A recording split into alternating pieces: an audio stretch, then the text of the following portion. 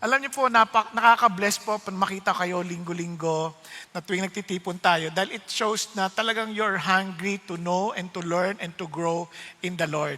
Lalo't lalo na we're doing a series on real faith.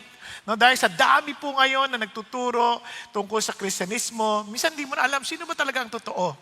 But we need to understand this because He gives us the wisdom on how to live, no, according to the book of James. Alam niyo, napaka-importante po nito sapagkat kamakainan lang, for example, nagpadala sa akin ng isang artikulo. Sabi niya, if Christianity is true, why do Christians behave so badly? Doon pa lang sa sinabi niyang yon, ito po isang vlogger, at kilalang kilala siya, para sinasabi niya na because of the behavior of those who profess to be Christians, na masama, hindi totoo ang Kristyanismo. And ang totoo niyan, hindi ho nakabatay ang katotohanan sa ugali ng mga nagsasabing naniniwala sila doon. Parang ganito, para lalo nating maintindihan. Kunyari, kung ikaw ay doktor at sa medisina, batid natin na yung pong paninigarilyo, yung labis na paninigarilyo, ay hindi mabuti sa kalusugan. Tama? Tama ba? Ngayon, yung nagkataon, yung doktor naninigarilyo. Maya't maya. Does it mean mali na yung medical studies dahil lamang sa hindi pagsunod ng doktor? Hindi, di ba? So, ibig sabihin, hindi doon ang batayan. Truth is truth. Kahit ano pang gawin mo, hindi mo pwedeng baguhin yan. Hindi yan dahil sa tugon ng mga nagsasabing sila ay sa Panginoon, o sa Panginoon Diyos, o kaya kung anumang claim yan. Halimbawa, isa pang halimbawa para lang mas maliwanag tayo. Halimbawa, yung math. Tama naman ang math. 1 plus 1 equals 2, 2 plus 2 equals 4. Tama yan. Pero kung during the exam, yung bata ay nang daya, hindi ibig sabihin dahil sa nang daya na yung bata, mali na yung math. Nasusundan niyo pa? Siguro, dagdagan pa natin para yung batas. Halimbawa, batas. Yung mga huwes, yung mga judges, they know the law. What if the judge would violate the law? Does it mean the law is no longer binding? Di ba? Ando doon pa rin siya. Sa totoo lang, kaya nga ho, nagkaroon ng basihan na parang hinahanap natin yung kabutihan sa Christianity dahil batid natin na yung Christianity brings moral standard na talagang above sa ibang bagay. Bakit? Kasi there is power behind Christianity. Kaya nga kung walang Christianity, wala yung truth ng Christianity, walang basihan ng hypocrisy. Walang basihan ng mga baratang na hindi totoo dahil mali ang kalaugali. Saan nila nakuha mali yung ugali? Dahil may standard na batayan ang Christianity itinuro ng Panginoon sa Kristo. Kaya nga, ang laking bagay ng yung pong Christianity may katibayan. Again, hindi ito nakabatay sa atin, nakabatay ito sa katotohanan na binanggit ni Jesus Christ. Okay po? Jesus Christ died and rose again from the dead. Ngayon, problema ngayon na natin pag hindi tayo sumunod at hindi natin experience yung reality ng Christianity. Kaya nga inaaral natin to. Anybody can claim to be a Christian. But the question is, tama ba yung faith na yon? Tama ba yung faith na taglay-taglay nila? Kaya nga, nakita natin, yung real faith ay matibay. They are strong under trial. They persevere. Because the power is not from their own strength, but from the Lord. At hindi lang yon, real faith obeys God's word. Sumusunod sa salita ng Diyos kasi God, kumbaga, supports whatever He says. No? And real faith, nagmamahal na walang favoritism. At yung real faith, nagpo-prove ito na talagang buhay kasi ito gagawa at gagawa ito. Di ba? Kumbaga, yung patay, kahit anong gawin mo, wala yung magagawa. But once it's alive, may gagawa at gagawa yan. Ngayon, ito pa, nung nakaraan, diniinan natin, real faith controls the tongue. Okay? Hindi, ito baka ma-misinterpret ninyo hindi yung gawa ang nagpapatibay ng faith. Yung faith gagawa. Nakuha niyo ba ibig sabihin? So ito, kaya yung real faith chooses God's wisdom. Yan ang ating titignan ngayong gabi. Real faith walks, ibig sabihin we live in God's wisdom. Hindi naman kaila sa inyo na sa panahon natin, we are ang tawag sa atin, the age of information. Kaya grabe yung mga AI natin, no? Tanungin mo lang sila. Alam na alam nila talaga. Dami lang alam na sagot, no? But yung information na yon does not mean that we are also in the age of wisdom. Kasi marahi, yung information, iba sa wisdom. Naunawaan po. Mamaya papaliwanag ko yan. Pero initially, para maintindihan natin, kasi marami, we are surrounded by smart people, expert opinions, di ba? Endless advice. Ang dami. Manood kayo sa mga TV. Issue lang ng pagpapayat. Ang dami, iba-iba sinasabi. Di ba? Gato gawin mo, gusto mo pumayat. Gato gawin mo, gusto mo pumayat. Mag-exercise ka. Kaya iba naman, bibili ng exercise equipment. Pag meron ka dito, papayat ka. Hindi naman ginamit. Nakita yung ganda ng katawan nung gumagamit. Nung ginamit, parang hirap pala. Dahil hindi mo na maitutuloy. Hanggang sa wala na nangyari. Di ba? Kaya ang daming nagsasabi, ito, yung mga expert. Pero sino talagang totoo? Minsan, kontra-kontra pa yung sinasabi nila. Hindi mo na alam kung sino ang talagang makatotohanan. At minsan, ang gagaling nila. Naalala ko, tricycle driver ako dati. So, nagkikwentuhan. Kaming mga tricycle driver, alam namin paano ayusin ang bansa. Pinag-uusapan namin. Ang dali-dali lang yan. Hindi alam ng ating mga pangulo. Hindi ating mga senador. Ang gagaling ng mga tricycle driver. Ang problema, hindi lang maayos ang buhay. Ang gulo-gulo sa pamilya. Di ba? Parang, ang laking disconnect. Kaya nating ayusin lahat ng bagay. Pero sa salita, pero sa totoong buhay, wala. Naalala ko tuloy, noong 1990s, nagpunta ako sa US, kami, medyo na-delay yung aming connecting flight sa Japan. Alam nyo, ang gagaling talaga ng Pinoy. Pinagagalitan yung Hapon. Sinasabi, dapat ganito ginagawa nyo. Siyempre, sinasabi na, in-explain nila sa English. Yung Hapon naman, hike. Pero ako kinakabahan ako, baka sabihin ng Hapon, hindi nyo nga maayos yung bansa ninyo eh. Tapos kayo, salta kayo na talta rito. Parang gano'n, di ba? Buti na hindi siya sumasagot agad sa kung Panginoon Diyos. Kasi sa totoo lang, ang gagaling talaga natin, no? Parang lahat may opinion tayo sa lahat ng bagay eh. Pero hindi natin maayos yung buhay natin. Hindi natin maayos yung bansa natin. Hindi natin lahat, alam natin ang paanong gawin. Pero ang problema lang, hindi natin nagagawa. Walang wisdom ang ibig sabihin. No, hindi ko iniinsulto mga Pilipino. Pinapakita ko lang sa inyo, ang laki ng problema natin. We know a lot about the scripture. We attack each other when it comes to doctrines. Pero hindi ayos ang ating mga churches. We're divided. Di ba? Families, we argue. Away ng away. Mga bansa, away ng away. Alam naman nilang masamang mag-away. Bakit? Yan ang ating problema. The problem is that, not that we don't know enough. Hindi yun ang problema natin eh. Marami tayong alam. The problem is that we often live by the wrong kind of wisdom. Parang yung Titanic. Noong 1912, yung Titanic, sobrang advanced yung technology. Ginawa ito ng mga, talagang tulong-tulungan ito ng mahuhusay na ininyero. Cutting-edge technology. Supreme confidence. Kanya lang, pagdating sa wisdom, medyo kapos. Bakit kapos? Inignore nila yung mga warnings. Daming warnings. Nung winarningan sila na may mga large ice fields, numerous icebergs, dangerous condition directly along Titanic route. Yun mismo dadaanan, sinabihan na sila. Hindi isang barko, maraming barko, katulad ng Caronia, Baltic, America, Mesaba, California, lahat yung binalaan sila, huwag kayo dyan. Hindi sila naniwala, hindi sila nagbago ng speed, hindi sila nagpalit ng ruta, tinuloy pa rin nila. Yun. At kulang pa ang kanilang mga life jackets, kulang ka lang mga lifeboats. Hindi sila preparado. Ignorante sila? Hindi. Ang problema, they did not listen to warnings. Kaya ang wisdom, tandaan nyo, wisdom we live by shapes how we live, how we speak, and how we relate to others. Ang kaalaman, maganda yan. Pero yung katalinuhan, iba yan. Naunawaan po? Yun yung kailangan matranslate mo yung kaalaman sa katalinuhan, sa gawa. Ma-translate mo. Kailangan mailipat mo. Mailagay mo sa practical na aplikasyon. Naalala ko, si Thomas Alva Edison, merong sa kanya, nag-apprentice. Isang German na napakahusay na scientist. Sinimplihan lang siya, sabi ni Thomas Alva Edison.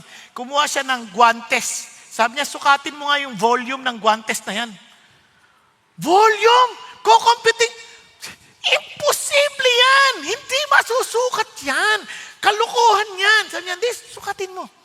Di sabi niya, kahit anong competition, hindi niya makuha. Talagang sobrang dami niya ng kinompute. Wala pang scientific calculator, pero sige lang, tinry niya pa rin. Sir, I'm sorry, it is impossible to compute the volume of that particular glove. Galing sa Thomas Alva Edison. Kumuha ng tubig, binuhos niya doon sa loob ng guantes. Saka nilagay doon sa sukatan.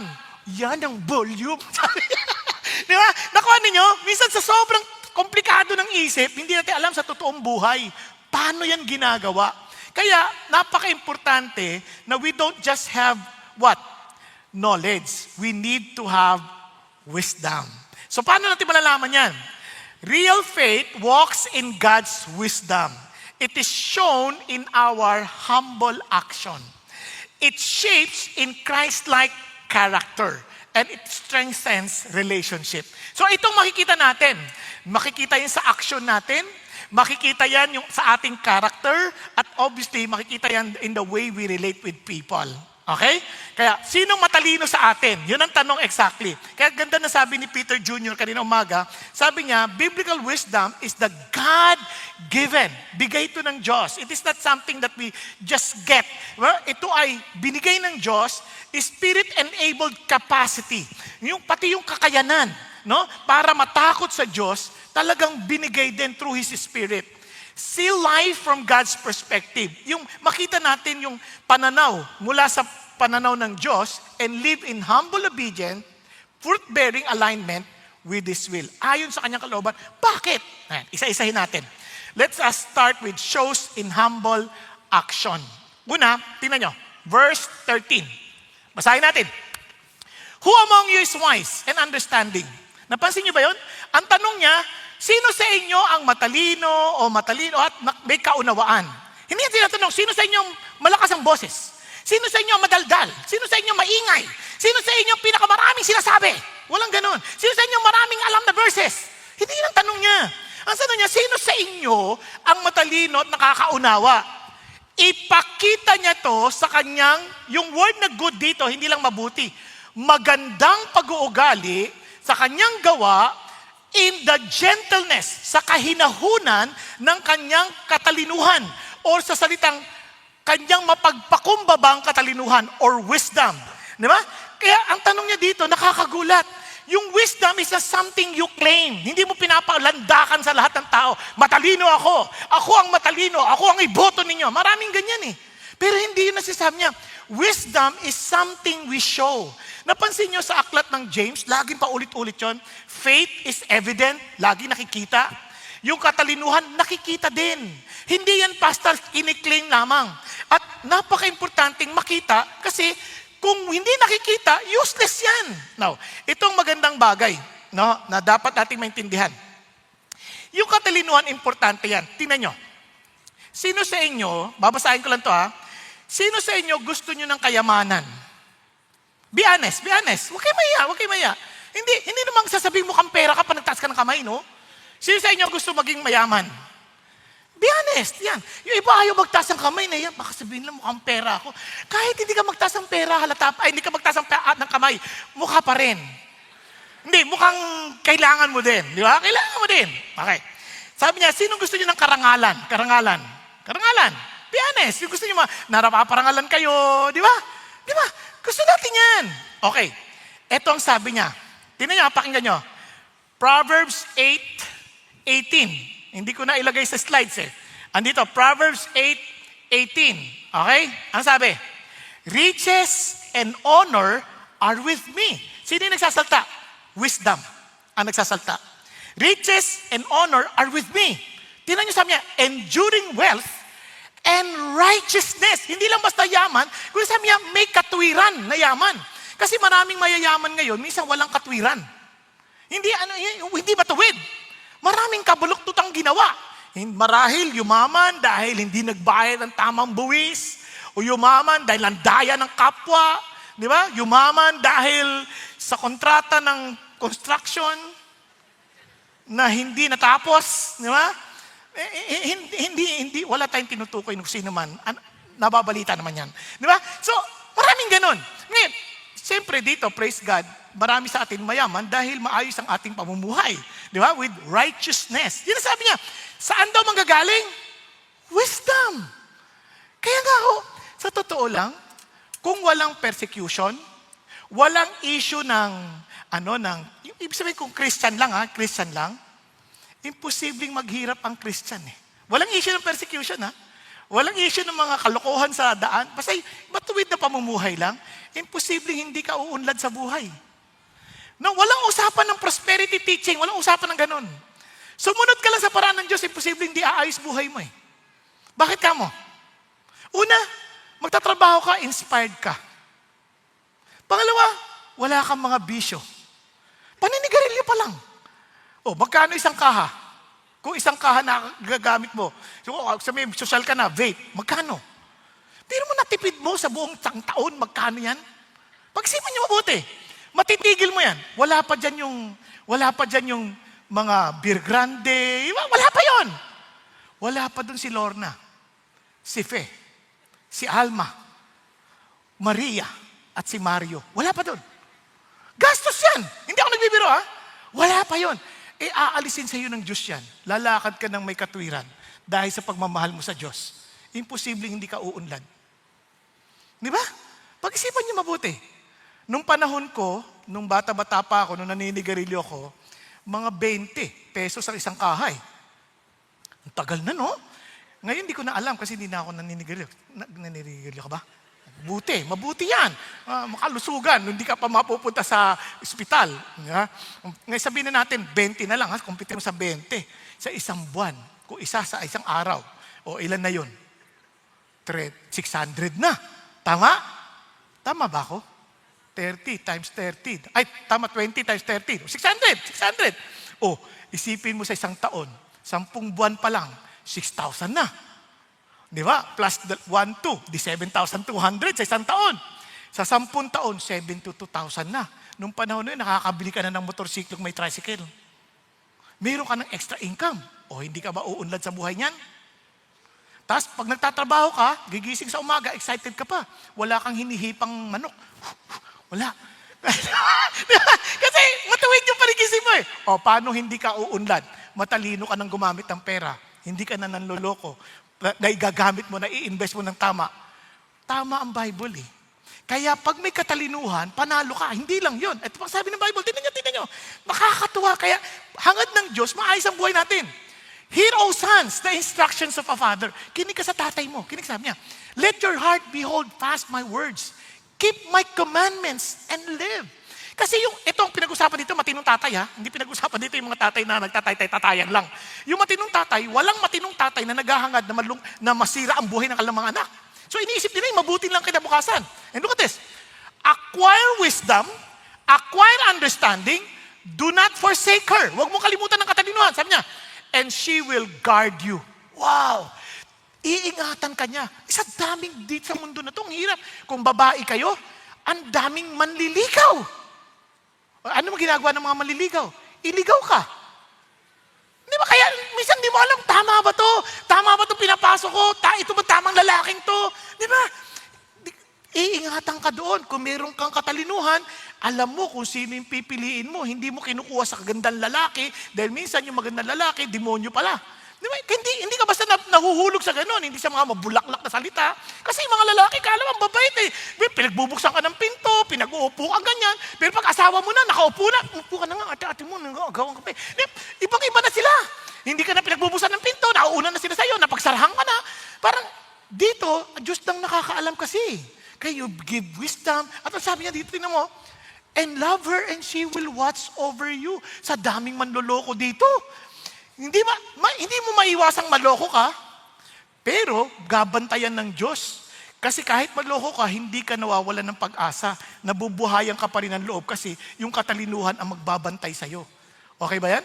Hindi mo maiiwasan na magkamali ka sa iyong pagpili, pero magtutuloy-tuloy ka kasi yung mismo katalinuhan ang mag-iingat sa'yo.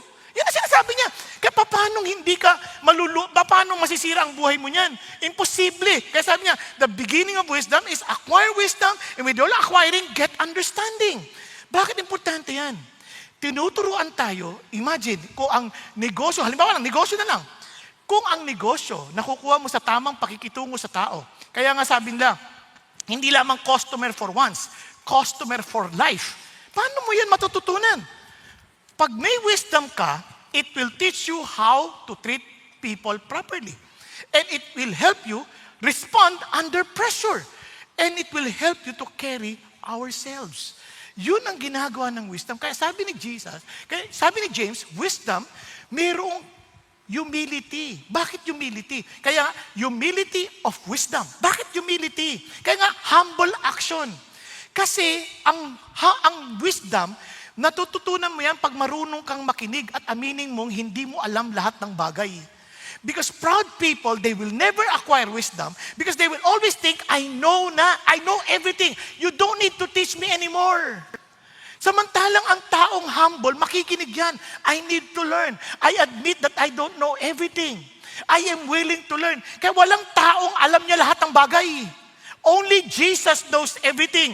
Tao, hindi natin alam lahat ng bagay. We need each other. Are you following? Kahit si Adam, hindi niya alam lahat ng bagay. Kaya sabi niya, it's not good for a man to be alone. In that he created a woman to be his helpmate. Helpmate is not an inferior person. It is a partner to help him to achieve more. Kaya nga, two heads are better than one, for they receive, sabi niya, double of their labor. Nakuha ninyo? Kaya yan ang ginagawa ng wisdom. In our humility, we begin to understand that we need one another. Now, look at this. But He gives. Kaya yung tanong dito, ano ba yung humility? Kasi minsan, yung mismong humility, hindi naintindihan ng tao. Ang isip ng humility, pag sinabi kong ako, humble ako, ano agad ang feeling na iba? Yabang naman nito. Di ba? Pag sinasabi na pag alam mo na humble ka, hindi ka na humble. Hindi yan totoo. Si Jesus, sabi niya, learn from me, for I am humble and meek. He knows that He is humble. Does it mean mayabang siya?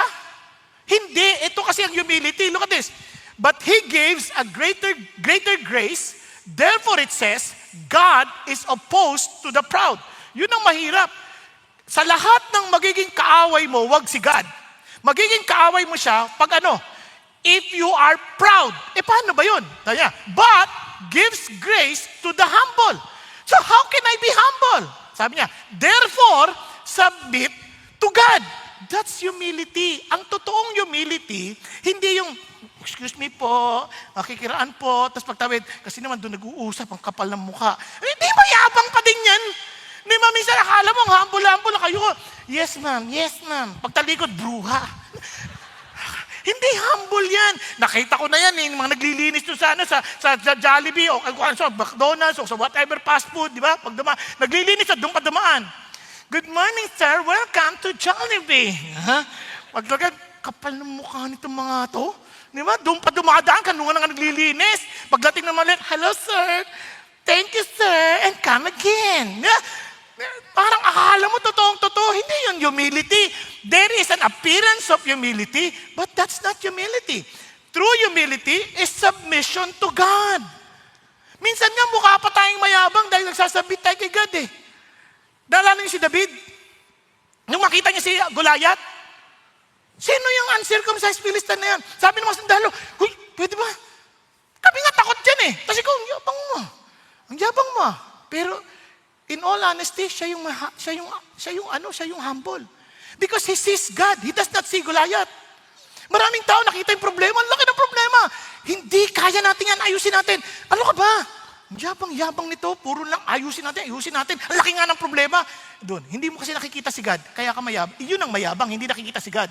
Pero yung nakakita kay God sa sitwasyon, yun ang humble, and they're willing to submit to the ways of God because they knew that God knows better. That's humility. Kaya sabi ng Lord, He gives grace to this kind of people. Tingnan mo naman, parang ang yabang. Resist the devil and he will flee from you. Wow, tapang naman ito. Demonyo na nire-resist. Di ba? Now, kaya yung ibang tao, kala mo humble. Ay, ayoko mag-attend ng church. Makasalanan ako, baka masunog ako dyan. Saan ka pupunta? Sige nga, kaya ano sabi ng Lord? Kung talagang humble ka, you want to submit to the Lord, come. Draw near to God. Look at the words. Draw near to God, and He will draw near to you. Isipin mo, pag lumapit ka kay God, siya pa lalapit sa'yo. Yun ang humility. Parang, wow, well, Lord, wala naman ako ibang pupuntahan. And sabi niya, okay, cleanse your hands. Linisan mo, you sinners. Then you admit that you are a sinner, that you're willing to come to God because you know you cannot clean yourself. Kaya Lord, ikaw lang po makakapaglinis sa akin. That's humility. And then, purify your hearts, you double-minded. Yung purify your hearts, ang ibig sabihin, Lord, wala na akong ibang iniisip. Kayo na lang, I'm single-mindedly yours. Yun ang humility. Pero hanggat may kahati si Lord, double-minded tayo at ang dami nating iniisip na maparaan instead of trusting the ways of God, pride yun. And God is opposed to the proud. Ang bigat nun ha. Kasi sabi niya, kaya be miserable, mourn, weep, let your laughter be turned into mourning and your joy to gloom. Ano sinasabi niya? It's one way of saying, you better repent. You repent and come back to God. Admit that you're wrong. Admit that you are living independently from the Lord. But this time, you submit to God. Yun ang humility. And look at the words. Humble yourself in the presence of the Lord, and He will exalt you. Maiaangat ka pa niya. Ang bait ng Diyos. Kaya ang totoong wisdom, saan nagsisimula? Ano sabi ni David? The fear of the Lord is the beginning of wisdom. A good understanding of all those who do His commandments. Kasi ngayon maintindihan mo na why God commanded me to do this. Because I fear God. I may not fully understand it at first, pero little by little I'm beginning to see the logic of His commandment. I'm beginning to see how He cares for me. I'm beginning to see that He knows better than I do. Tingnan niyo po. And the fear of the Lord is the beginning of wisdom. Now, bigyan ko example. Tingnan niyo yung mundo at tingnan niyo yung paraan ng Diyos. Nung bata-bata pa, narinig niyo na rin ito, pero nung bata-bata pa ako, during our first years sa buhay mag-asawa, hindi ho biro. Napakaselosa ng asawa ko. Hindi niyo naman siya masisi. Hindi. Iba ang ano naman, iba dating sa'yo eh. Hindi ganon. Ay, ibig sabihin, I was too busy sa ministry. In my mind, I was doing the work of God. So sabi ko, bakit siya selos ng selos? Alam niyo, hindi ko detalye yung kwento kasi limited yung time. Bigla ko na-realize, gusto ko sabihin, Lord, ang labo eh. Baguhin mo siya. Ginagawa ko yung trabaho para sa'yo. Sabi, ano mo anak? What God has put together, no man can put asunder. And sabi nga nun, you are to leave your father and mother and cleave to your wife. And you become one. Sabi niya, ano naging problema mo? You're doing the work on your own. Hindi mo siya sinasama. Wala kang oras sa kanya. Dapat, ang priority mo, more than anything, after me, siya. Kasi kayo na eh. Hindi na yung magulang ay, yung closest relationship mo before your marriage. Parents, imagine you are to live that, to be with your spouse. Kaya dapat ganun ang, Lord, sige na nga, okay, tapos na yung issue. So, because of that, mula noon, I made a decision, o sige, basta Monday, walang ministry, ikaw lang. Kaya ang tawag ko dyan, Ministry Day. So parang kay Mrs. lang, kung saan niya gusto pumunta, kung anong gusto niyong gawin, yun lang. Walang iba. Wala akong pansariling palatuntunan, kundi para sa kanya. Isang araw, bibili ako ng pagkain para sa aming dalawa. Kasi habang nag-iintay sa dagano, sabi ko, hindi na ako makakaluto, bibili na lang ako. Nakita ko ngayon, yung mga kaibigan ko noon, mga pimpong buddies ko nung high school. So matagal na ito ha, kasi high school pa pastor na ako nito eh. Tapos sabi niya, pare, kamusta ka na? Sabi ko, mabuti, kayo kamusta kayo, mabuti rin. Sabi niya, pare, buti, ngayon nagkita tayo. Laro naman tayo. Magpimpong tayo. Naku, pasensya na kayo. Sabi ko, Lunes ngayon. Bakasyon ko para sa misis ko to. Sabi niya, ano ka ba? Under desire ka. Di ba? Ganun naman talaga yung mga salta ng mga talunan, di ba? Hindi, sorry. Baka nakikinig yung mga kaibigan ko, chok lang. Di, eto na. Di sabi kong ganun. Hindi sa ganun. Sabi ko, kasi busy talaga ako ito lang yung pagkakataon ko pag Lunes, talaga mabibigay ko yung oras ko, kami dalawa lang ni Mrs. Parang ganyan. So, ito na. Di, sabi niya, ano ka ba? Minsan lang tayo magkita. Laro na tayo. Samantalang Mrs. mo, lagi mong kasama. with all the verses, di ba? You are to live and cleave. Priority mo na asawa mo next to God. Hindi na kung sino-sino. And kaya sabi ko, tama kayo. Alam niyo, talino niyo talaga. Yaman din lamang bihira tayo magkita. Okay nang magalit kayo. Total bihira lang naman tayo magkita eh. Eh yung asawa ko, lagi yung kasama. Pag nagalit to, yari. Naintindihan ninyo? Pero ang idea lang, siya na yung priority ko more than anything. More than friends. Kasi siya na yung binigay ng Diyos eh. And we are one. Can you imagine? Sasaktan ko ba yung sarili ko? Kasi sabi nga ng Lord, you are to nurture your own body. Therefore, you are to nurture your spouse, your wife. Di ba? Kaya, praise God, dahil doon, matibay ang aming relationship. Magte-36 years na kami magkasama. At hindi ako happily married. I am very much happily married. Oh, di ba? Ang saya-saya ata. Yung uuwi ka sa bahay, yung asawa mo, ang saya-saya nandoon. Di ba? Hindi yung parang, saan ka galing? Lagi kayo na, saan ka galing? Sino ka? Parang ayaw natin ng ganyan. Ang sarap yung, sweetheart, kamusta ka? Kamusta trabaho mo? Di ba? Ang sarap ng buhay na parang you're excited to go home because you know somebody is waiting for you. Naunawaan po? And all because of God's wisdom. Dahil sa takot mo sa Diyos, you don't do anything that displeases the Lord. Di ba? Kaya yun ang challenge sa atin. Kaya tingnan ninyo, tayong mga Christians, since we have surrendered our lives to Him, anong tawag sa atin? Mga wise people. So He expects us to walk as wise people. Tingnan mo sabi niya, therefore, be careful how you walk. Ingat kayo. Not as unwise. Bakit sinasabing not as unwise? Kasi you're not supposed to be walking that way anymore. Dahil hindi na kayo unwise. You are wise people. But you have to be very careful. But as wise, makimain kayo. Paano? Making the most of your time. Gamitin yung bawat sandali. Because the days are evil. Hindi naman yan kaila sa inyo. Tingnan nyo naman ang mga panahon natin ngayon. Ang dami-daming mga sinasuggest na hindi naman nakakatulong sa buhay natin. Ang daming umuubos ng ating oras. Social media, di ba? TikTok, kung ano-ano. Nauubos ang oras natin katuloy. Sa halin na magtrabaho ko ng maayos ang ginagawa mo, it's alright. Ano ba yan? Puro, na-memorize mo na. Nagugulto ka, pati mga estatwa, sinasayawan lang ganyan. Sabi, ano ba to? Parang, bakit naubos ang oras natin doon? Naglalaglag ka pa ng pera. Bakit mo uubusin ang sayang! Ang daming mas pwedeng pagkaksaya ng panahon. Yan ang sinasabi ng Lord. The days are evil. Nasabi gano'n. So don't be foolish. Sabi niya, huwag kang mangmang. Paano? Understand what the will of the Lord is. Ano ba yung will ng Diyos? Look at the will of God. Tuloy lang natin. Verse 18. Be filled with the Spirit. Yun ang will ng Diyos. For us to be filled with the Spirit. Not with anything else. Not with wine. Not with anything else. Sabi niya, paano ko malalaman? Tingnan nyo, matetest nyo agad. Your heart will be filled with what? With songs for the Lord. Di ba? Speaking to one another in psalms, in hymns, punong-puno ka ng sayang hindi mo maintindihan.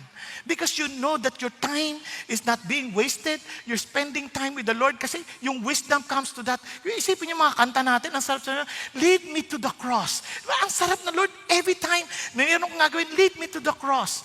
Yung puso mo, parang may sariwang kanta na masaya. Hindi puro malungkot na lang, sinaktan mo ang puso ko. Ano kanta yan? Walang saysay eh. Samantalang kung inasasabi mo, Lord, di ba yung kanta mo na nagsasabing, Lord, mananatili ako sa iyong lilim. Parang wow, panatag na panatag ang iyong kalooban. Di ba? Tapos ito pa sabi niya, always giving thanks for all things in the name of our Lord Jesus Christ. Walang lugar ang reklamo, walang lugar ang mga masasamang kaisipan. Kasi sabi nga ni James, so tingnan nyo, is do not complain. Sa ibang translation, do not grumble. Alam mo, ibig sabihin ng complain dyan at saka grumble, yung umiikot ang mata. Ganyan. Pag may sinabi sa'yo, ay, nako, yan na naman. Umiikot yung mata. Kasi sabi niya, do not. Sabi niya, against one another so that you yourself may not be judged. Behold, the judge is standing right at the door. You are so aware of the presence of your God, the very judge, na siyang alam mong, that's where the wisdom begins. Diba? Alam mo yung reality ng Diyos. Balik tayo, sabi niya sa Ephesians, sabi niya gano'n, and be subject to one another in the fear of Christ. Yung ating galang kay Kristo. Yun nagtuturo sa ating makinig. Yun nagtuturo sa ating matuto. Yun nagtuturo sa atin na hindi lang tayo ang nasusunod. Kasi we are living for Him. And that is exactly the essence of wisdom. Ang laki yatang pahinga ng buhay na alam mo na hindi tungkol sa atin ang buhay. Minsan ang isip natin, everything revolves around us. Kaya pagod ang buhay natin eh. Kasi isip natin, dapat lahat ng bagay. Yung asawa ko, paglilingkuran ako, anak ko, igagalang ako, dapat paglilingkuran nila ako, dapat sa trabaho, dapat yung pakinabang ko. Maging sa Diyos, minsan isip natin, dapat si God, pinaglilingkuran ako, hindi ganun. Kasi sa Bible, kahit hanapin nyo, it's always towards God. Hindi the Lord is my shepherd, I shall not want. Diba? He makes me lie down in green pastures, He leads me beside quiet waters, and He leads me in the path of righteousness. Tingnan nyo, for His name's sake. Ang sentro, si God, hindi tayo. Habang ang sentro tayo, we can never walk in humble, we cannot act humbly. Bakit? Kasi tayo ang ginodiyos natin. Kaya marami sa atin ang pagod sa buhay. Because we will always end up in frustration dahil hindi mapoprovide ng sino mang tao yung hinahangad nating tayo ang maging sentro. Pero once si God yung sentro, ay ang gaan ng buhay natin because we're living according to our design. Yung tamang pamumuhay. Kaya ito ang amazing part na sabi ng Lord. Balik tayo. Tingnan nyo. Ang dito, let your gentle spirit be known to all men. The Lord is near. Di ba yung word na humility, nakita nyo kanina ang pagkakasabi, gentleness of wisdom? Yung gentle na word, hindi yan weakness. Hindi yan, yung meekness kasi hindi weakness. It is a controlled strength. Yung lakas mo, kontrolado. Kaya mas malakas ka kasi nakokontrol mo yung galit, nakokontrol mo yung action. Bakit? Kasi you know that the Lord is near. He is your judge. Di ba, naalala nyo yung kahit sa words, di ba? Let your yes be yes and no be no, that you will not fall into condemnation. Ano sinasabi niya? Kaya ang Christian, madali, hindi mo problemahin. Hindi mo kailangan magsinungaling. Every time we speak, dapat, because of the presence of God, wisdom lang to. Lagi kang magsasalta ng katotohanan. Bakit? Kasi you're always under oath. Let your yes be yes and no be no. That you are to tell the truth, nothing but the truth, so help me God. Because our judge is near. Ganon din sa meekness. Napansin niyo? Ang sarap. Kaya sa negosyo, pagtitiwalaan ka ng mga kausap mo, dahil tapat ka hindi mo kailangan magsinungaling. Hindi ka nagtatago. Okay ba tayo dyan? Sa asawa, ang sarap ng relasyon nyo. Kasi nagtapat kayo sa isa't isa Diba? Sa trabaho, ang saya ng atmosphere kasi tapat kayo sa isa't isa. Hindi nyo kailangan magsinungaling. Because we are all under oath before God. Kaya nga, every careless word will be judged by the Lord. Kaya, kasi nga, Lord, bawat sasabihin ko, hindi ako pwede magsinungaling. Under oath ako Ikaw ang kasama ko let your yes be yes. Di ba? Kaya ang gaan. Kaya kahit saan ka pumunta, imposibleng hindi ka pagkakatiwalaan because you speak the truth. Okay tayo? Balik tayo dito. Kasi sabi niya, eto, yung spirit. Alam niyo, yung gentleness, nakikita yan. No, naalala ko, inimbitahan ako in one of the birthday parties. Sabi niya, magsasalta ako doon. Sabi niya, nadat na ako, napaaga ako ng dating. Nagsisigaw yung hali. Sabi niya, sinabi ko ba na yan? Nasa unong tuloy! Kanilugang! Tigis ang ulo niya! Ang lakas ng boses. Bigla sabi nung isang mga kasama sa bahay, Ma'am, andyan na po si Pastor. Di ba sabi ko sa inyo, bantayan ninyo? Kasi, nasunog tuloy. Nakita nyo? Kasi pagka nandyan yung isang ginagalang mong tao, bigla nakokontrol mo yung spirito, tama? Yung strength under control. That's the point. Imagine now, every time you do something, katabi mo si God. Hindi mo lang yan ini-imagine. Yan ang totoo. He is always near us. Watching us. Hindi tayo pinanonood para husgan tayo. Ayan na naman. Pinanonood niya tayo just to tell us, anak, huwag mo ituloy, hindi makakabuti sa iyan. Makinig ka sa akin. It is for your good. I'm always here for you. Kaya, just listen. Because the fear of the Lord is the beginning of wisdom. Hindi ka gagawa ng anumang bagay ng kabalastugan na makasisira sa sarili nating buhay if we know that God is near us. Amen? Nagkakaintindihan? Kaya, ano sabi ng Lord? Tingnan niya, ito yung wisdom. It requires what? Knowledge, then it requires understanding. You need to know, ito yung knowledge, then this data, kailangan maintindihan ko how it works, then I have to apply it. Yun ang wisdom. It is the applied knowledge. Now, kaya tayo sabi ng Bible, therefore, everyone who hears these words of mine and acts on them may be compared to a wise man who built this house on the rock. Di ba? Talino. Sabi niya, bakit? And the rain fell, and the flood came, and the winds blew and slammed against the house. And yet it did not fall, for it had been founded on the rock. You want your life to be strong enough? Then you better listen to God. And apply it. Kasi si God ang susuporta sa atin. Lord, ang hirap eh. Relax ka lang. I will be with you. I will support it. Ako yung may kapangyarihan. If you know that I am in control of the future, then you better trust me on this. Di ba? Kaya sabi ng Bible, tinan nyo, this book of the law shall not depart from your mouth, but you shall meditate on it day and night. For what? So that you may be careful to do according to all that is written in it. Hindi lang yung memorize mo, alam mo paano gawin. Kaya mapapansin nyo, sa dami ng mga tao, sinisiraan ng kapwa Christian, parang dahil lang sa mga konting pagkakaiba ng doktrina, away na ng away. Alam nyo, tingnan nyo pag-isipan nyo. Kung ang produkto natin si Jesus Christ, at ang kailangan ng tao si Jesus Christ, why waste your time attacking your fellow Christians? Kung sakali man hindi ka naniniwala sa kanya sinasabi, tanungin mo sarili mo, yung bang sinabi niya hindi makatutulong sa kaligtasan ng tao? Pag-isipan niya mabuti.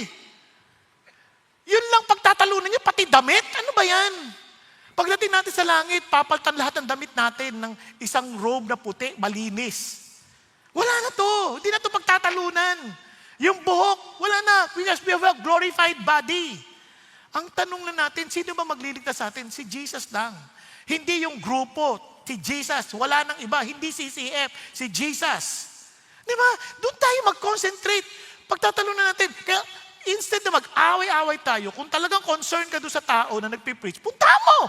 Sabihin mo, pare, mali yung tinuturo mo. Paano paraan? Bakit? Baka mami, ikaw naman ang mali. Bakit kailangan mo ilagay sa social media? Bakit kailangan mo paglandakan sa publiko para sabihin mo, ikaw yung magaling?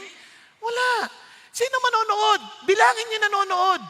Sabihin na natin, 100,000? 100,000? Ilan ang tao sa mundo? Bilyon na nangangailangan ng gospel. Tapos naghahangad lang tayo ng 100,000 na tigkakalahati. Yung bahagi na yun, ang liliit nun, dumi lang yun. Hangad nating makilala na si Jesus. Are you following? Kaya tingnan natin, ano ba yung produkto natin? Kaya nga, the true wise person doesn't have to announce it. Gawin mo. Show it. Paano? Kaya sabi ni Jesus, they will know that you are my disciples because what? You have love for one another. So paano? Sa bahay, makita nila yung pagmamahalan sa magkakapatid, sa mag-asawa. Di ba? Malasakit natin sa kapitbahay. Malasakit natin sa ibang tao. Kahit sa ultimong pagparada lang ng sasakyan, iniisip mo yung kapitbahay mo, baka hindi sila mahirapan silang lumabas. Yung iba walang pakialam. Bakit? Basta! Iyo ba yung kalye?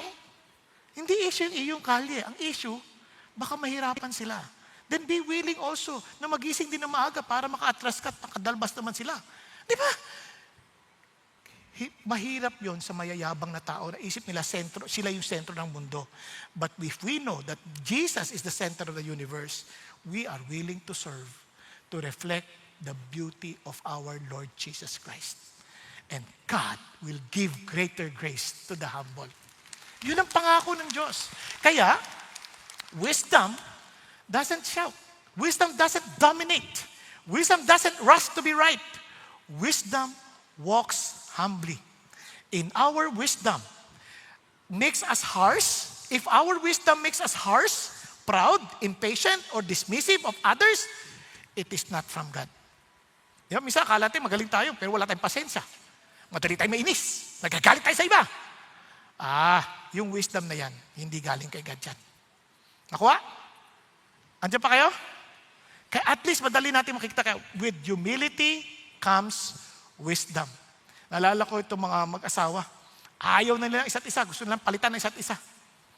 Kasi kung walang humility, ang isipin lang, mali ka yan. Wala siyang kwentang babae. Wala siyang kwentang lalaki. Sabi ng babae. But with humility, Lord, saan ako nagkulang ayon sa isang responsibilidad bilang isang mananampalataya? Kung ako lalaki, saan akong hindi nagpakita ng totoong pagmamahal tulad ng pagmamahal ni Kristo sa iglesia? Kung ako'y babae, Lord, saan ako hindi nagpakita ng pagpapasakop, ng paggalang sa aking asawa tulad ng paggalang ko kay Kristo? O biglang nagbago, di ba? Hindi yung, mandaraya ka, sinungaling, babaero! Ngayon, tatanungin mo, Lord, bakit siya ng babae? Mukha ba akong lalaki? Di ba? Ano yung nagawa ko na naitulak ko siyang maghanap ng iba? Di ba dapat, kung ako nabubuhay ako as Christ would want me to live, yung bang pagsisisihan niyang mawala ako sa buhay niya? Ganon din sa lalaki. Yung bang pagsisisihan ng asawa mo na wala ka sa buhay niya? Hindi yung, di ba, malalaman mo naman ba't nandito ka pa, hindi ka umaalis?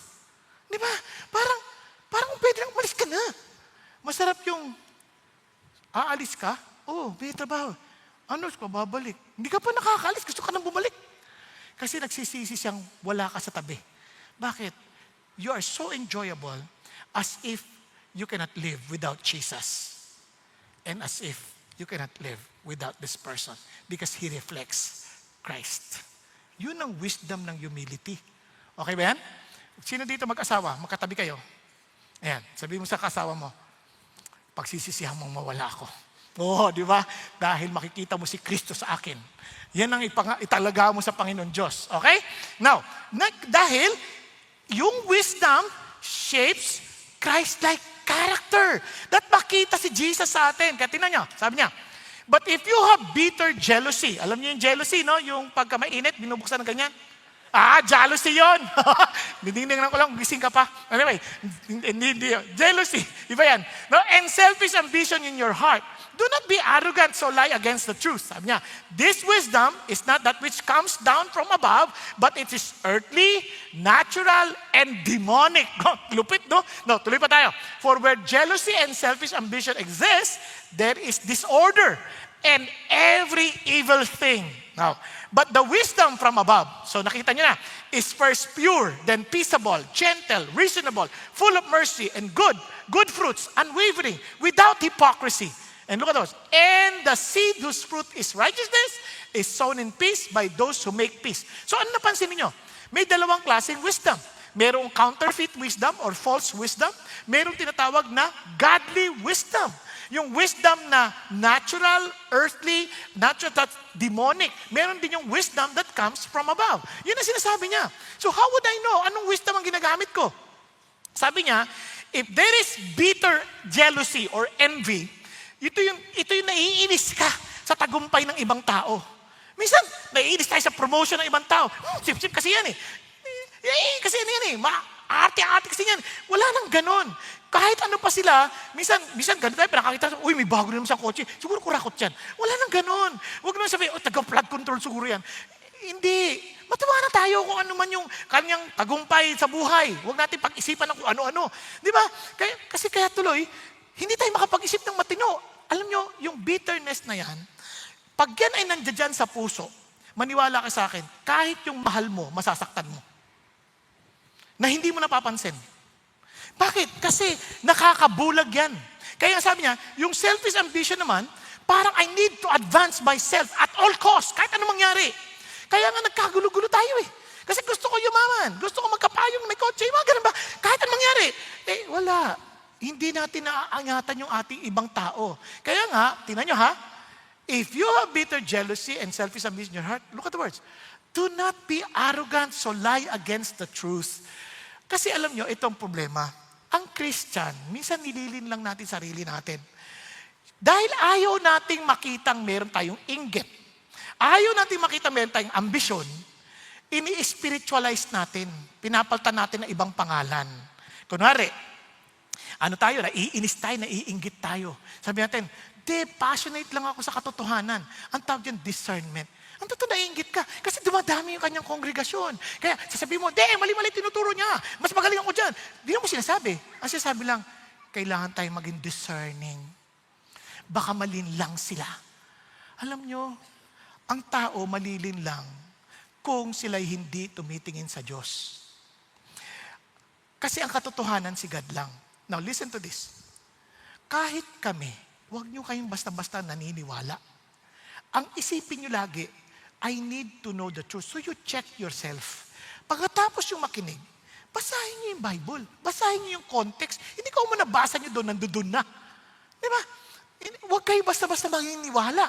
Tingnan niyo ng mabuti, ano ba pinag-uusapan dito? Nakuha? Kasi alam niyo, pag talagang seryoso kayo kay God, dapat iniisip niyo, ginagawa ko to dahil gusto kong mag-glorify si God. Siya yung aking Panginoon. I want to do His will because dahil gusto kong to walk in humility. So katulad ng mga Bereans, they check the scripture after listening to Paul. And sabi ng Bible, they are even nobler than the Thessalonians for they examine the scripture. Can you imagine? Ganon sila ka-eager. Kasi one day, pagharap natin sa Panginoon Diyos, ikaw, haharap ka mag-isa, hindi naman ako kasama. Hindi naman tayo maghaharap na sama-sama. Ikaw ang haharap, sabi sa'yo, kamusta ka?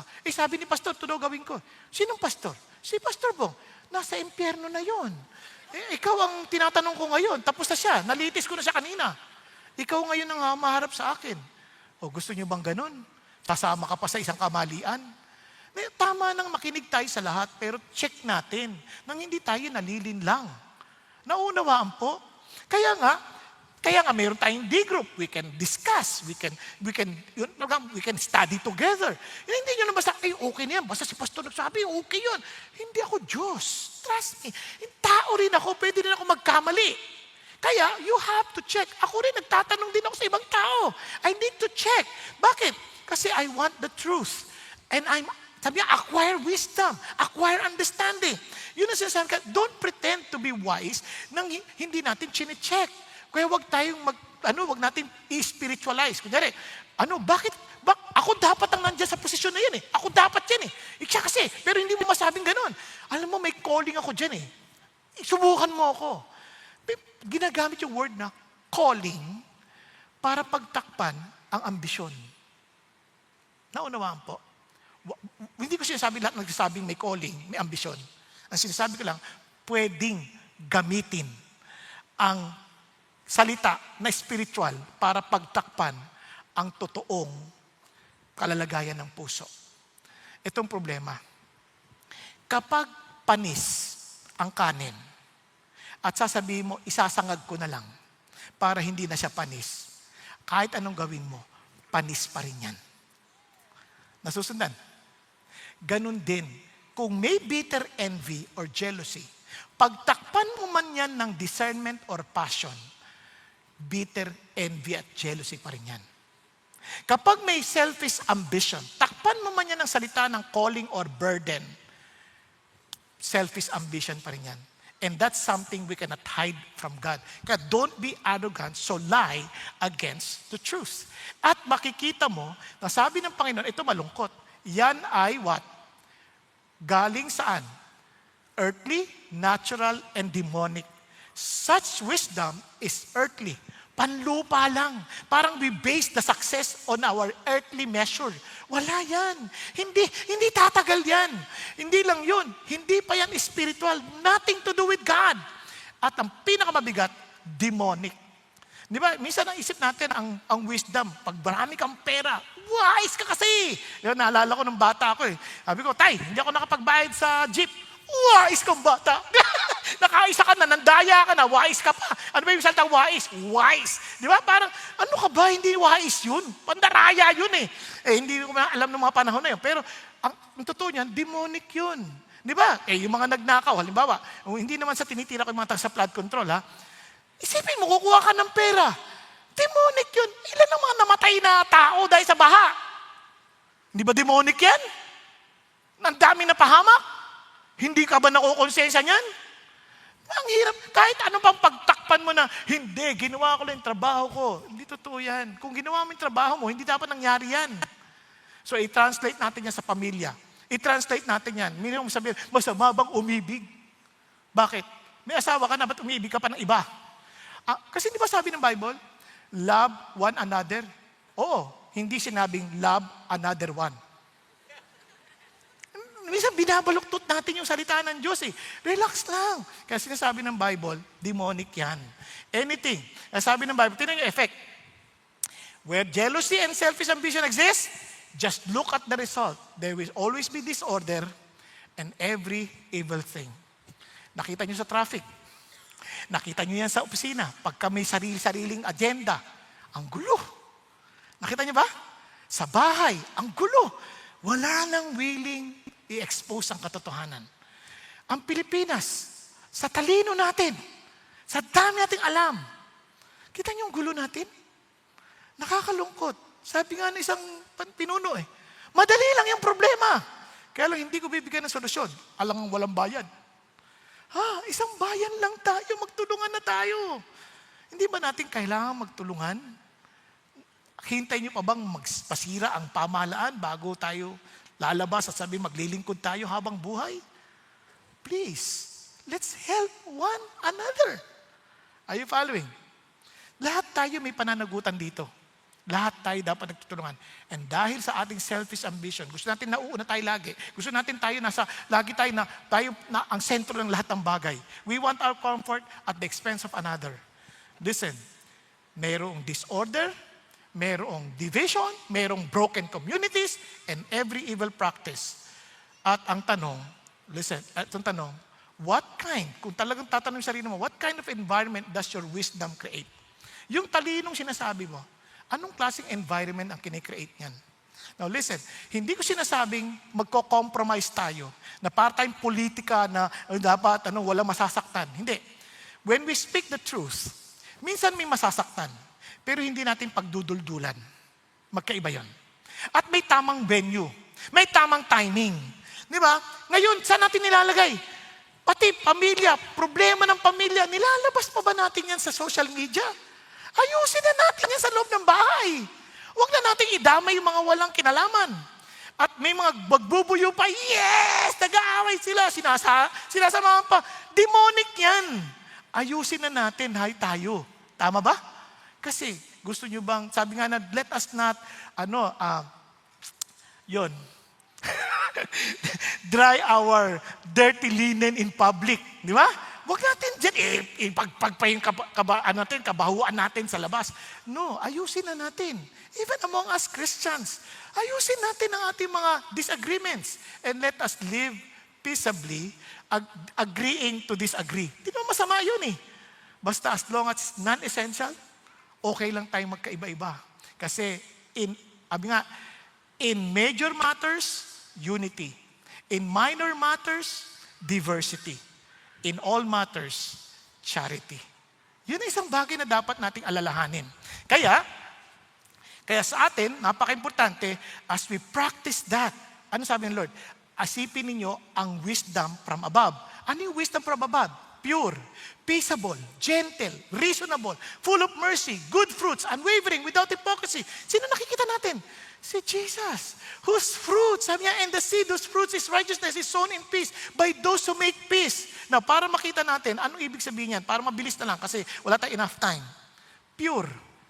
From James, single-hearted devotion. Clean ang motives before God. Wala akong ibang hangad.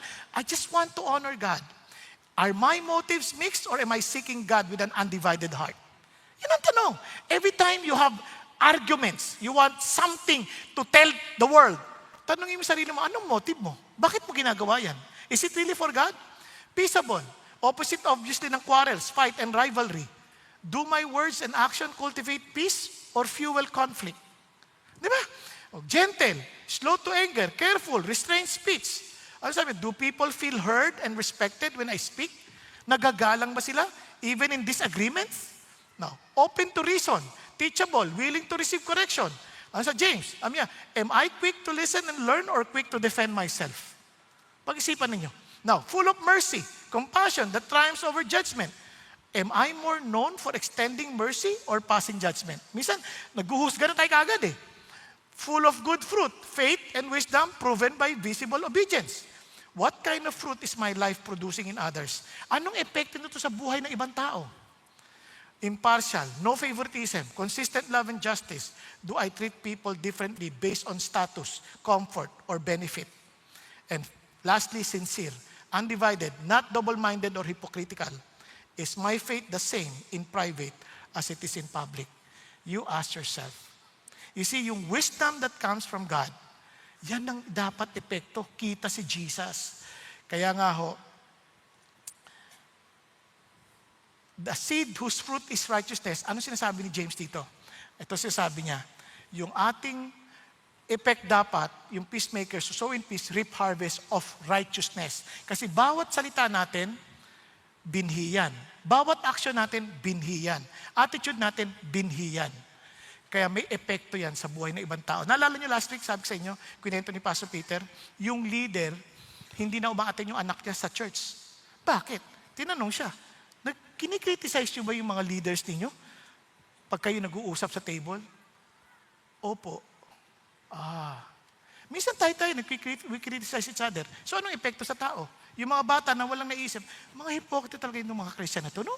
Talagang sasama ng ugali nila. Nakangiti sila pero kinakagat ka pala sa likod. So ano nag-epekto? Ayoko na umattend dyan. Puro hipokrito yan. Tama? May I encourage you? Huwag kayong mawala ng gana dahil sa mga hipokrito. Marami pang lugar para sa isa pang hipokrito. Sama ka na. Lahat tayo, minsan may mga maskarang suot. But we need to be honest enough na aminin na meron tayong suot na kailangan nating ng tulong para ito'y mahubad at maranasang matanggap kung sino tayo. Andiyan pa kayo? Hello? Pakikalabit mo yung katabi mo, gising ka na. Tanggalin mo na yung maskara mo.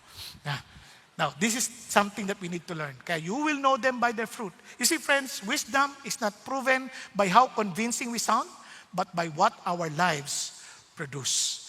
Kaya naman, it strengthens relationship. No? Tingnan nyo. What is the source of quarrel and conflicts among you? Meron ba kayong away sa bahay? May away ba kayo sa opisina? May away ba kayo sa eskwelahan? May away ba kayo sa kaibigan ninyo? Anong problema? Ano ba yan? Baka naman kayo may personality differences. Baka may mga irreconcilable differences. Hindi yun ang binanggit ni James. Anong binanggit ni James? Is not the source your pleasure that wage war in your members? Ano sinasabi niya? You lust and you do not have, so you commit murder. You're envious and cannot obtain, so you fight and quarrel. You do not have because you do not ask. Ano sinasabi ni James? The conflict starts inside. Yung gulo natin, na ipo-project natin sa labas. Okay, it's not about differences in personality. It is not about differences in methods. It is not about differences in style. Wala doon. It is more of our problem within. Kaya meron tayong desire, hindi masama yung desire. Ang problema, yung disordered desire. Mali yung pagkakaayos ng ating desire. We have desire. That desire is a gift from God. Pero pag mali na, it becomes our God. Nako, it will create lots of problem. Kasi nga, yung desire, naging siya na yung sentro. Hindi dapat. At ang problema pa, hindi mo na may pag-pray. Sa halip na hingin mo sa Diyos because nobody in this world can satisfy what we want in life. Only God can. Hindi yung asawa, hindi kaibigan, hindi sino mang tao. Only God can satisfy us. Kaya you tell God, our concern, nainggit ka na wala kang ganung posisyon, you tell God. Di ba, hindi mo masama yun, sabihin mo sa Diyos. And He will tell us what we need to understand. Kaya nga alam niyo po, ang ganda, kung maintindihan lang natin ito, mabibless ang ating pamilya. Panoorin niyo po ang testimony ng ating kapatid. No? Sila mag-ama, kung paano sila inayos ng Diyos because of the wisdom from above. Let's watch. Good afternoon, CCF family. I am Weng, and I have been serving in the youth ministry since I fully surrendered my life to Christ in 2003. I have served as a campus missionary, a youth coordinator, and a hub youth coordinator for several satellites. I am currently the program director of #NotAlone. I am tasked to reach students nationwide and help them with their personal and spiritual struggles. I thought I was an expert in dealing with the youth, but I was wrong. Hi, I am Matthew. I am 22 years old. I grew up in the church because my dad was the youth coordinator of a CCF satellite. My childhood was filled with youth fellowships, retreats, and different youth activities. Our weekends were spent in church. I was already a J-zoner even when children my age were still in Next Gen, CCF Sunday School. Sometime in 2022, Matthew and my eldest daughter got into a fight. I took my daughter's side while my wife defended our son. My wife and I ended up in a verbal argument. This made Matthew irritated and he talked back to me. I felt disrespected as a father. Harsh words were exchanged. I lost my patience and reacted in anger. Instead of responding calmly, I said something that deeply hurt him. I even threatened to destroy his laptop. The moment I did that, I knew something was very wrong, but my pride would not let me admit it. In my mind, I was the father and Matthew was just my son. I had authority in our family, and I thought I had the right to do whatever I wanted. As a preacher, I often shared God's message in Ephesians chapter 6, verses 1 to 3. Children, obey your parents in the Lord, for this is right. Honor your father and mother, which is the first commandment with a promise, so that it may go well with you and that you may enjoy long life on earth. But I forgot God's instruction to me in verse 4. Fathers, do not provoke your children to anger, but bring them up in the discipline and instruction of the Lord. When my dad said those hurtful words, I felt attacked and misunderstood. So I answered back, not with humility, but with pride. I raised my voice, I disrespected him. I wanted to prove that I was right and he was wrong. When he threatened to destroy my laptop, I felt offended and scared of what else he might do. So I decided to leave home. I stayed away for almost 3 weeks. My mom and siblings begged me to come back, but I was determined to stand my ground. I kept telling myself I deserved better, and I wanted to prove to my dad that I could survive without his help. My wife Tiffany tried to reconcile us, but I rejected her efforts too. She prayed fervently for both of us. Little did I know she was communicating with Matthew and constantly checking on him, on his whereabouts. And she eventually convinced him to come home. During those days of prayer, God began speaking to my heart. When Matthew finally came home, I was still angry. I felt justified. I kept thinking, I am the father, he should respect me. But realized I was not acting with heavenly wisdom and I was acting in pride. God convicted me. As the spiritual leader of our family, I was demanding respect but not modeling humility or Christ-likeness. With much prayer and by God's strength, I approached Matthew and asked for his forgiveness. When my dad asked for forgiveness, I was shocked. I did not expect it. At the same time, God was convicting me too. I realized my heart was full of selfishness. I wanted my rights, my voice, and my validation. I also saw that I had disrespected and provoked my dad. I was full of pride as well. I had been expecting perfection from my dad because he serves in the church. He leads fellow Christians and speaks before large audiences. I expected him to act like spiritual leader at home all the time. But my dad is human too. He gets hurt, he gets tired, he faces challenges and problems. He can lose patience when provoked. As the Holy Spirit prompted me, I knew I also needed to ask for his forgiveness, and I did. We cried, we hugged, I felt my dad's love again. That moment changed our relationship. We chose humility over pride. We chose peace over being right. James 3:18 says, peacemakers who sow in peace reap a harvest of righteousness. And we experienced that harvest. Today, our relationship is healthier than ever. We talk more openly, we pray together. There's greater respect, not because we demand it, but because we choose to love each other and practice humility in our family. Praise God.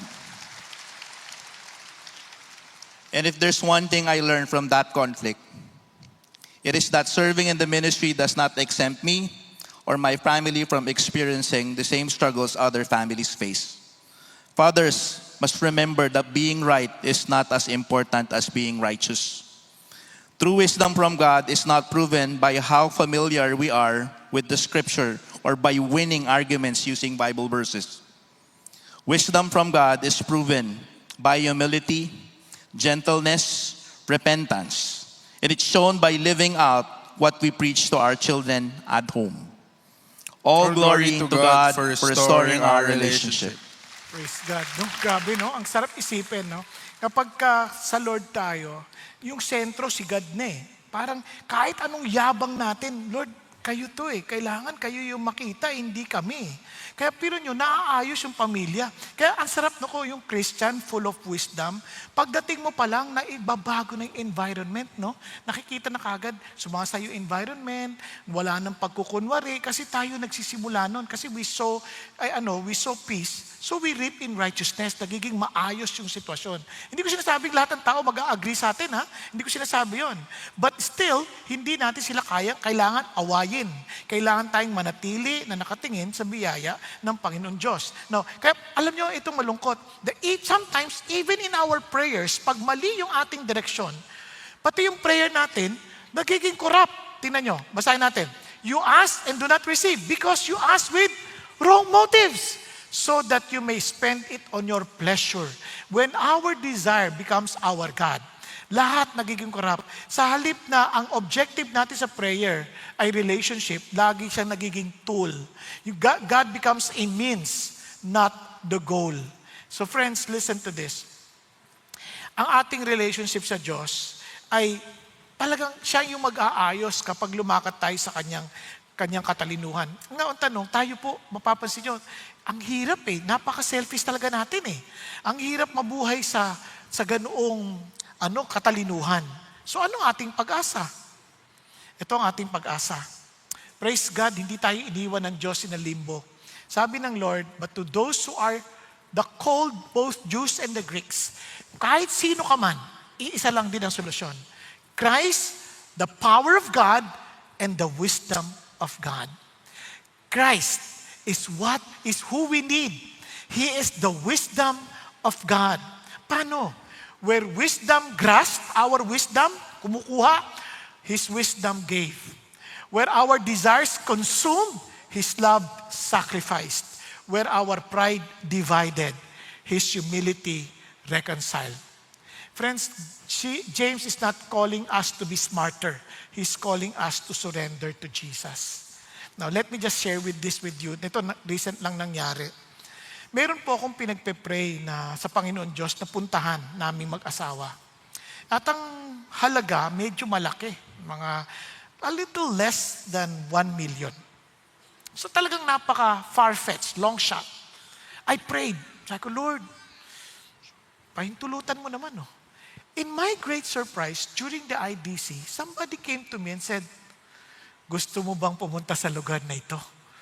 Sabi ko, wow! Parang what a great surprise! Talagang answered prayer. Sabi ko, ay opo, sige po. So inayos ko kagad yung schedule ko. Inayos ko kagad yung mga requirements para sa visa. Pinrepare ko na lahat. And to surprise my wife, talagang hindi ko siya pinatanong. Ako lang lahat gumagawa. At bigla ako sinabi sa kanya before, nagsabi na ako, okay na, ilalakad ko na yung visa, sabi sa kanya, sweetheart, nagpa-picture na rin kami. Sweetheart, punta tayo? Hindi ako sasama. Sabi pa naman, alam niyo yung pakiramdam na parang binuhusan ng malamig na tubig? Parang, bakit? Pero syempre, nagpipigil ako, bakit? Yan, di ba? Hindi ako sumigaw. Bakit? Sabi niya, hindi mo ba naalala, manganganak yung anak mo? Magkakaapo na po kasi ako sa dating na Marso. Sabi niya, manganganak anak mo. Alam nga, iiwan natin yan. Kaya nga siya nag-asawa eh. May sarili na siyang buhay. Diba? Siyempre, pag selfish ka, hindi mo nakikita ang pangailangan ng iba. Yung makikita mo lang sarili mo, tama? So sabi ko, kaya nga siya nag-asawa na eh. Ba't hindi mo ba siya mahal? Mahal ko, kaya gusto ko siya matuto on her own. Di ba? Hindi yung parang nakaasa siya sa atin. Mamamatay tayo, di paano na yan? O, di ba? O di, parang totoo, no? Parang may wisdom talaga eh. At sabi niya, di balit. Hindi ko na siya inaway, di ako nag-pray na lang ako. Pumunta pa nga ako dito, dilim-dilim, nag-pray ako. Ay ko, Lord, ba't ganun? Sinagot mo yung prayer ko. Pagkatapos, nagbabago isip mo, biglang ayaw na asawa ko, parang di naman natatawa yun. Diba? Tapos, Di pray. Tapos hanggang hindi pa natapos, dinala ko pa sa opisina ko, pray na naman ako, iyak ko na iyak. Tapos sumagot na ang Lord. Finally, sabi ng Lord, Bong, do you love me? Ay, yes, opo naman. Mahal na mahal ko po kayo. Wala akong magbabago. Yung pagmamahal ko, wala akong papalit dyan. Sabi niya, then love your wife. Uy! Alam niyo, ito na yung kaalaman at saka yung wisdom magtatalo na. Ha? Bakit naman yun ang kondisyon? Sabi niya, meaning, you love your wife, your daughter, more than your desire to go to that place. Iyak talaga ako. Sabi ko, Lord, alam mo naman mahal ko kayo eh. Pero Lord, bakit? Parang iyak ko. Tulungan mo ako, hindi ko po kaya. Hindi ko po talaga kaya. Tapos biglang, parang nakaramdam ako ng yakap ba? Tapos sabi niya sa akin, I'll take care of yourself. I take care of you. Sabi niya, tapos sabi ko, Lord, di ba, let your yes be yes. Nag-yes na ako eh. Sabi, huwag ka mag-alala. I-text mo yung organizer, sabi mo sa kanya na hindi ka nasasama. Tapos nag-text back, you have to pay the penalty. Kasi hindi na ma-waive yung reservation mo sa cruise. Ako, Lord, may bayaran mo to. Penalty. Kaya hindi pa pwedeng umatras ako. Sabi niya, don't worry about that. I'll take care of that. Mamaya nag-text sa akin, hindi ka na raw magbabayad ng penalty. Waive na raw yung penalty. Ibibigay, mayroon nang kukuha ng kwarto mo, kaya okay na. Wala ka nang aalalahanin. Talagang sinabi ng Lord, bayad na lahat. Wala ka nang aalalahanin.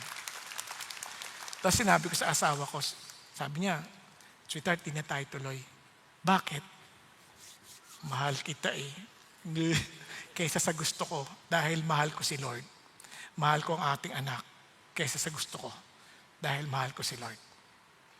Kasi wisdom begins with our fear of God. Kaya naman, hindi ko pagsisisihan. Bakit? Kasi ayos kami mag-asawa. Di ba, nandun ka nga, nagkukrus ka, lagi ka naman nagsisign of the cross dahil nag-aaway kay lagi. Di ba? Ang hirap ng ganun pakiramdam. Paano na anak mo? Paano na anak mo? Bakit nag-aalala ka? Samantalang dito, panatag ka dahil alam mo, nilagay ka ng Diyos sa tamang lugar. Hindi ka lugi. Kaya naman, listen to this. Friends, we need to admit to God. You see, wisdom is not about winning. Wisdom is about becoming Christ-like. Let me just end with this. This guy, nung mamamatay na siya, tinausap niya isang pastor. Sabi niya, anong pinagsisisihan mo sa lahat ng bagay sa buhay mo? Lungkot-lungkot niya. Sabi niya, tama po ako, pero hindi ako matalino.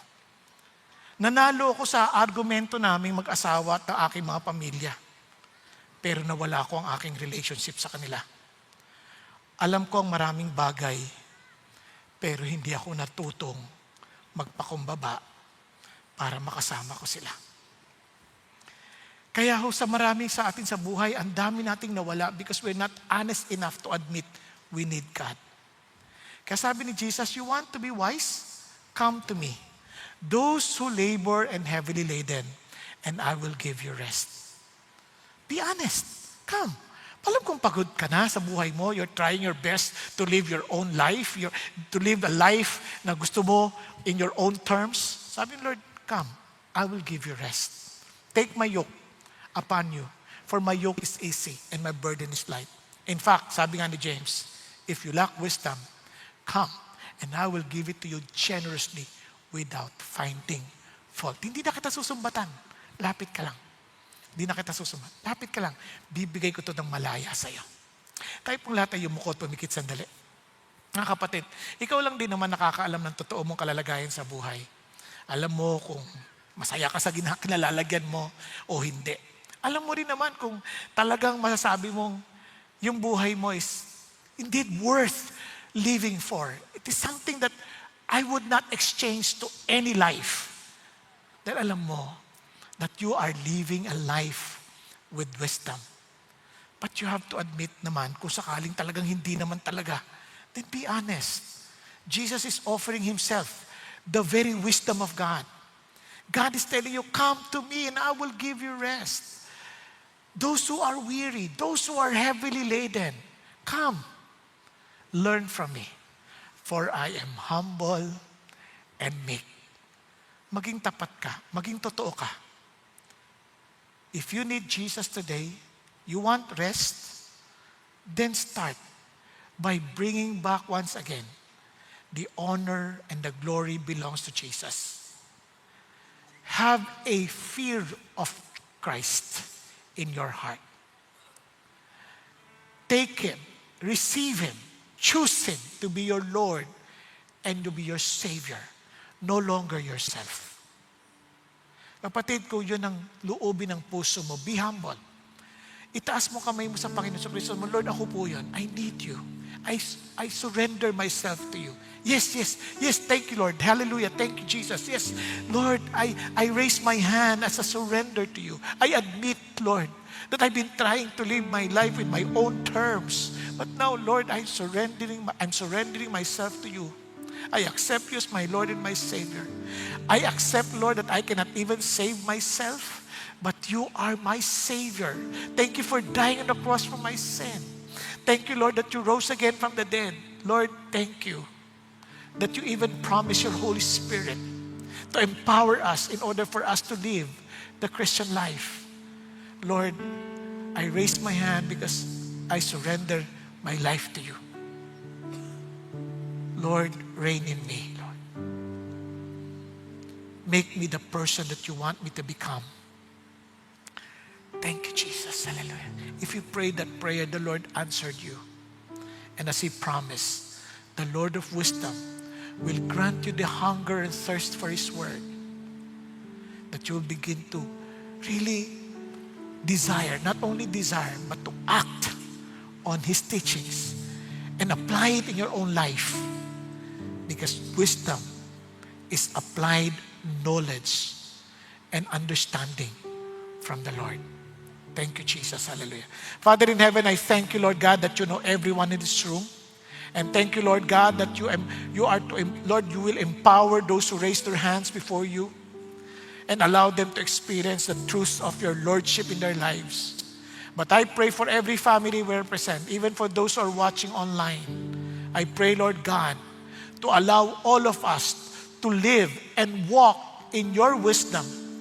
Lord, with humility, Lord, with Christ-like character being formed in us, O Lord.